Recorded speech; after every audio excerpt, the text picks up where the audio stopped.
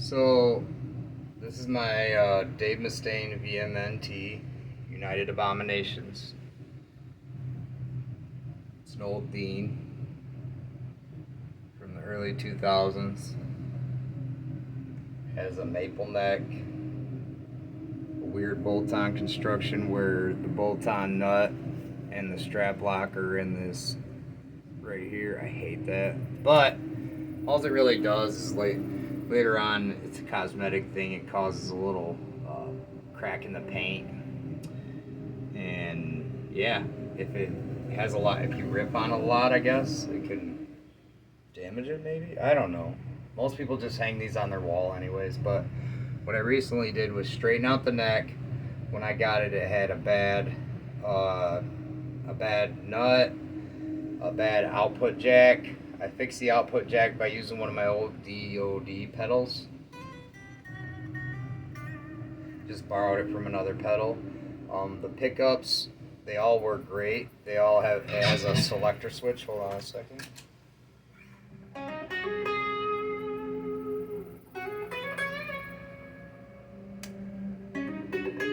do believe it has basswood bodies.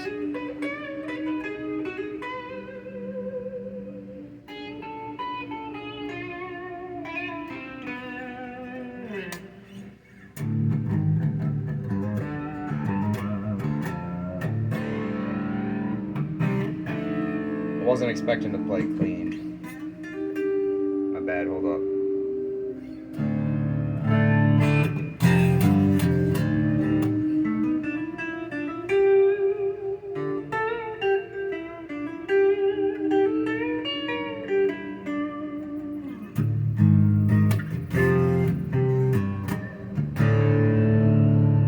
The pickups are, this one, the mounts for it have become pretty wiggly and wobbly. The next thing I'm probably going to do is change the springs out in that, or just I don't know. I was going to get rid of it and just run a new set of Dave Mustaine thrash factors, but actually I kind of dig these. Plus all the pots were great.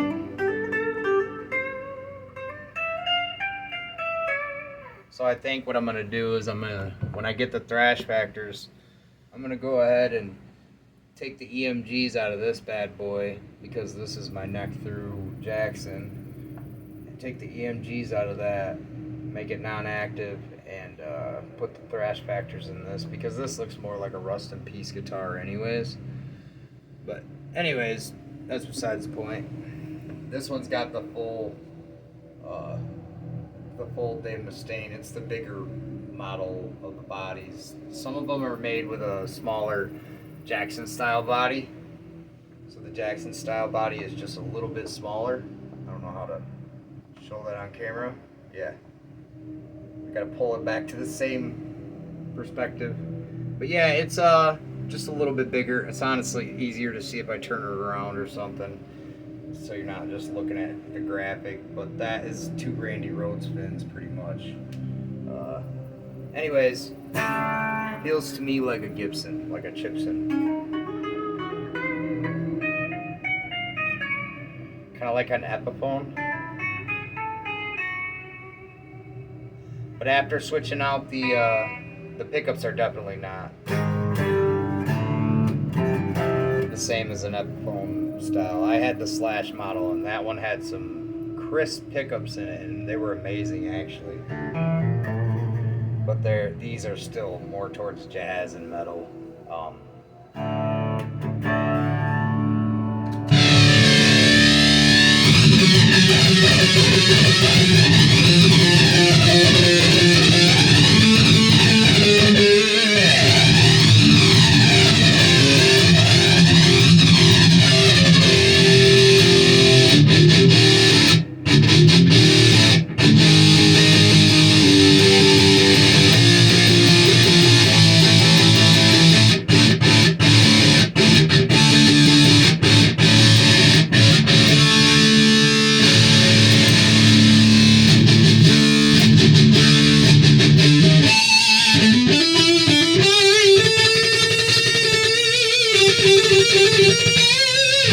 I don't want to change the pickups out because they actually have some meat and potatoes to them, and you can do that little trick where you roll the volume down on the other one too. Use it as a kill switch if you wanted to, I guess. I don't want to.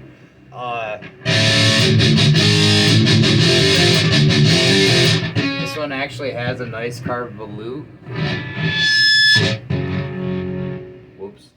Has one of the volute necks.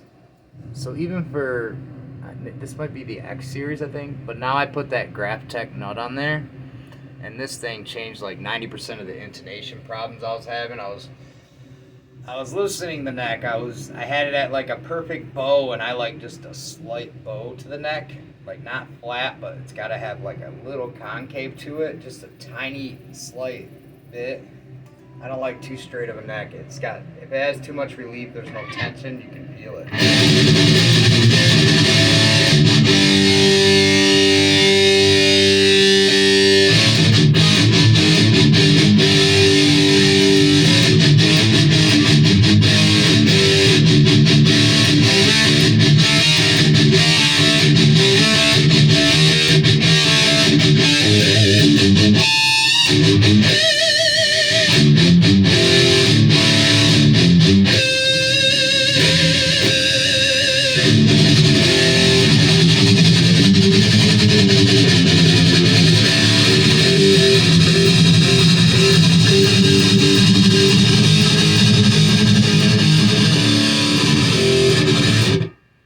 Another thing I'm noticing is, I thought the cheap bridge was making a lot of fuss. It's like a Tone Pros bridge, but it's cheaper, smaller. Even, like, I used to have a bunch of these back in the day, and even the Angel of Death had one that was the same exact as this, so I didn't think it was that. And the Angel of Death is the higher end, made in Indonesia one. But I think the one I had was Indonesia. But anyways, that Graphtech nut, I don't know what it is. I'm about to switch a couple of these around, because I've had this Jackson for a very long time, and I have no problems with intonating because it's in a drop tuning and stuff. But this has got an old plastic nut that's had its fair share of wear and tear, and this has also got 60s on it right now, and it fits in the nut, so my nut is obviously gouged out for thicker strings for this guitar. But I'm still thinking about switching and upgrading that one too to Graphtech, because I'll tell you this, with this Graphtech nut, I'm noticing one thing, like my tuning.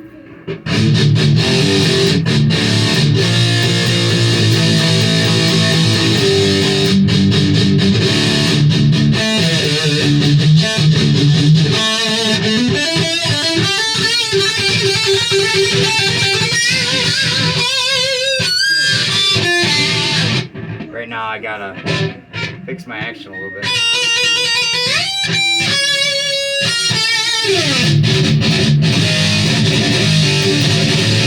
But no, the tuning of it. So I tuned it the other day, and I haven't hardly had to tune it. And that's been the thing, like with those plastic nuts, I was nonstop. Okay, this one's out again, and then it would like skip, and then I'd have to go back, and I'm like, dang it. So then when I did break the string in with one bend, I come back to it, and it's already out. This stuff's made of like Teflon pan material or whatever. It's slippery, it's greasy, and it like lets that string slide right over it. So whatever tuning I'm in, these are mini Grovers. This one comes with mini Grovers on the back, and the mini Grovers are magnifico. I got them on this, and I got them on my acoustic, on my Washburn acoustic, and I love the mini Grovers. They're better than like a standard Jackson tuner.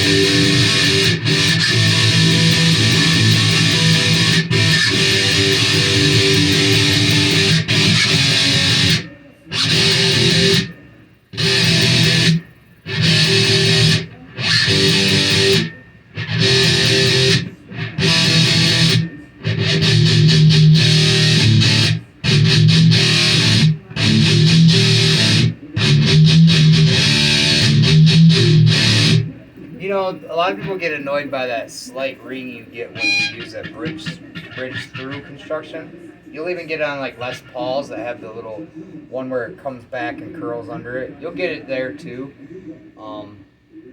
Like, I don't know, when it goes through body, I feel like it gives it more sustain, a little more reverb.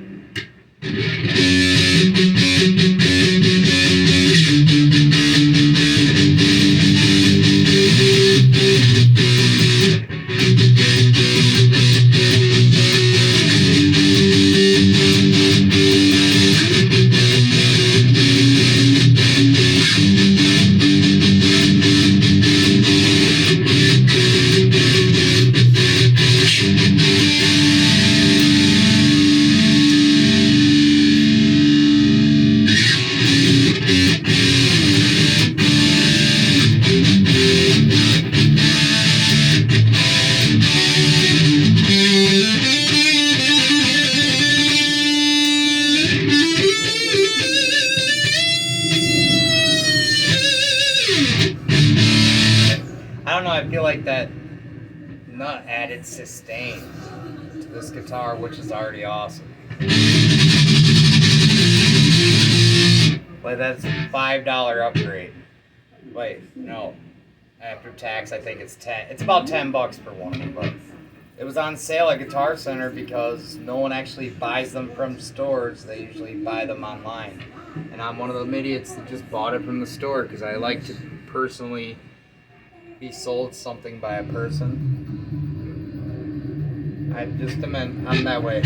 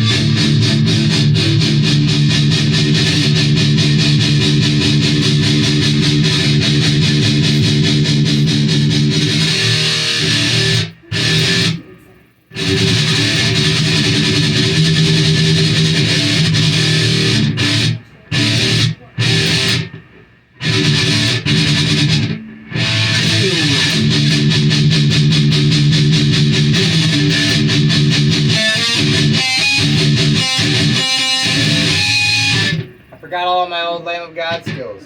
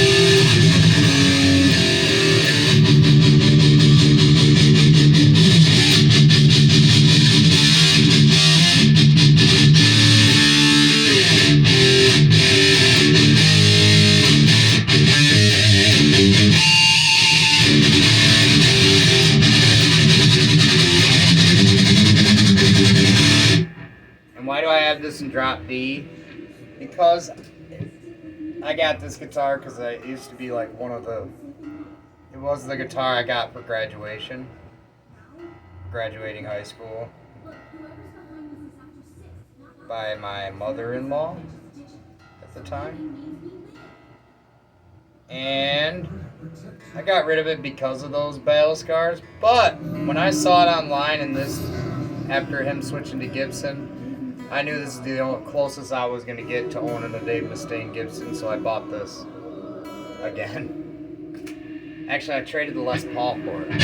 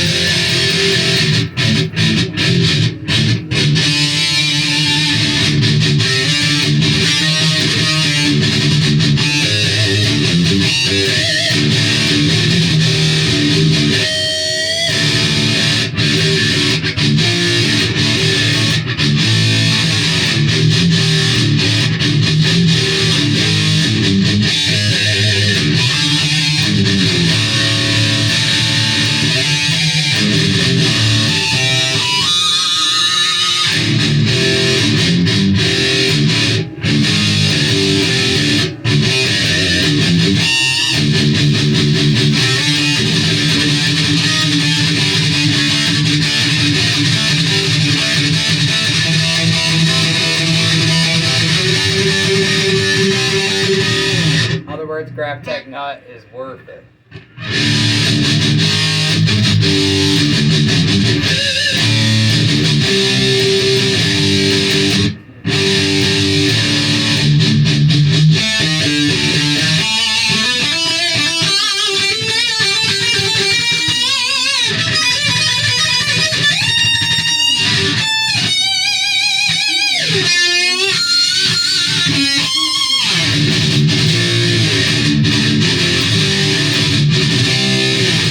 I was also not having very much inspiration, and I was playing in open tubes and playing a bunch of acoustic stuff because I was getting bored of the guitar.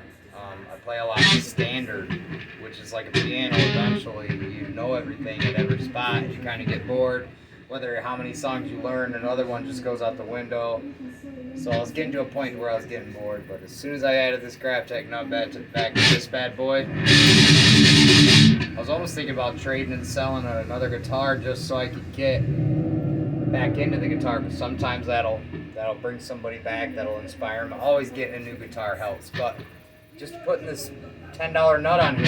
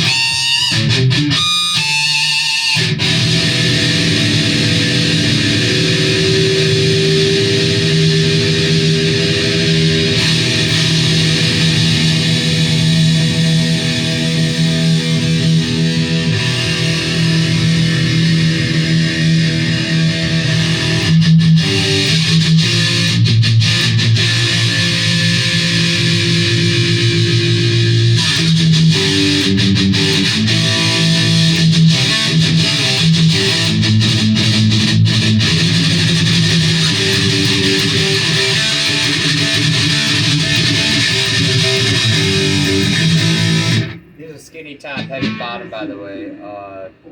1052s. That's why I wanted it in drop tuning.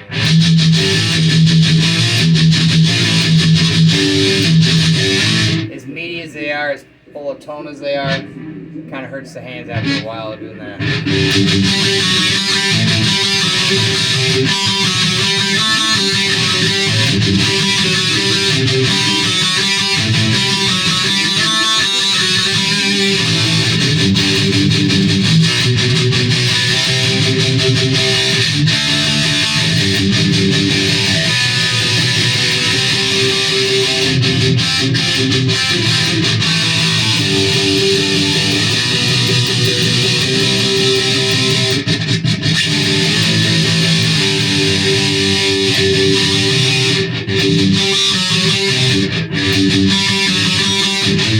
Oh, I was like, what's that? Cut me out all the time. It's my noise gate.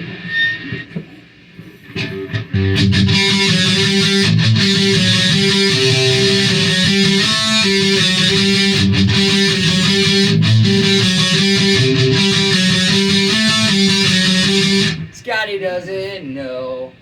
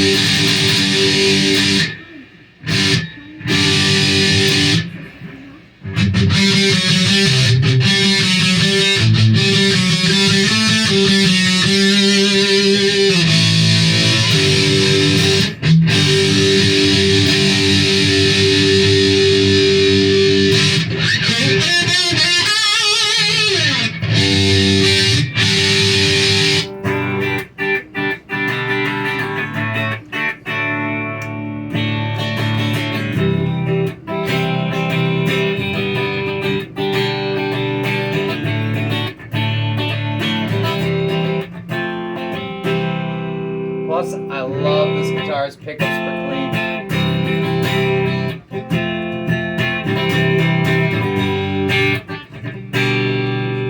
It's purty.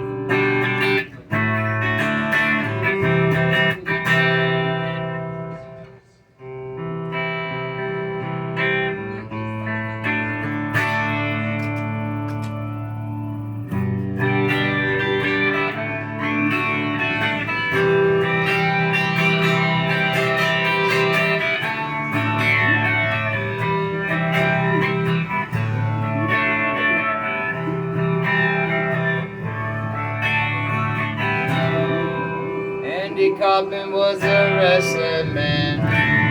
Yeah, yeah.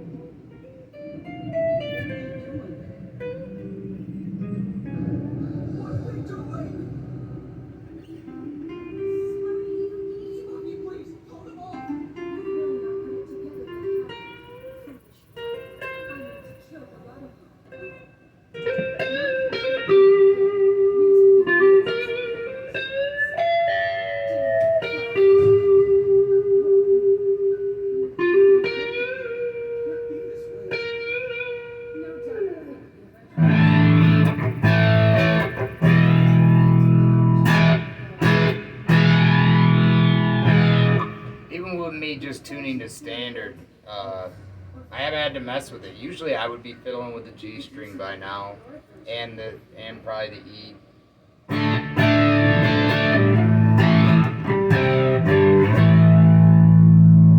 Pretty good, ain't it? It's that Teflon, bruh, or whatever the heck that stuff's made of. Pretty much a pencil, because I was able to, how do you call that? Sand it and smooth it with like a nail file. I was using like a cheap, these things. This is how I smoothed it. It was the girl's nail file, man. Pedicure kit. So easy, it's just, it comes right off. But that's another reason to be careful when you are applying the, making the nut to the guitar. Make sure you put it on first, make your measurements, and it's not even a measurement, because no matter what, you could still, your eyeballs could deceive you and you think it's off and you move it again or something like that. I've been there too. But honestly, what I like to do is string it up with it there, do it, unstring it, tighten it down, leave it there, and then when you're done, just file around the edges, because most of these guitars can handle quite a bit of woodwork around the neck. They've already had it. It's okay. And they actually take, it's so hard to show you that side, but there's no markings. There's no, on the fretboard, there's nothing, but there is also no binding on this guitar. Maybe it'll be different when I do the other one, because this one doesn't have binding. It's just like a beautiful neck. It doesn't need any binding. It's a lot of maple there. No, this is actually one of my favorite guitars, and it has one of the less amounts of maple, but it does have that white binding. Well, now it's cream color. But you can see how bad that nut is. You can like see the damage around it. It's old. It's plastic. But I almost don't want to change it because it's like a luck thing.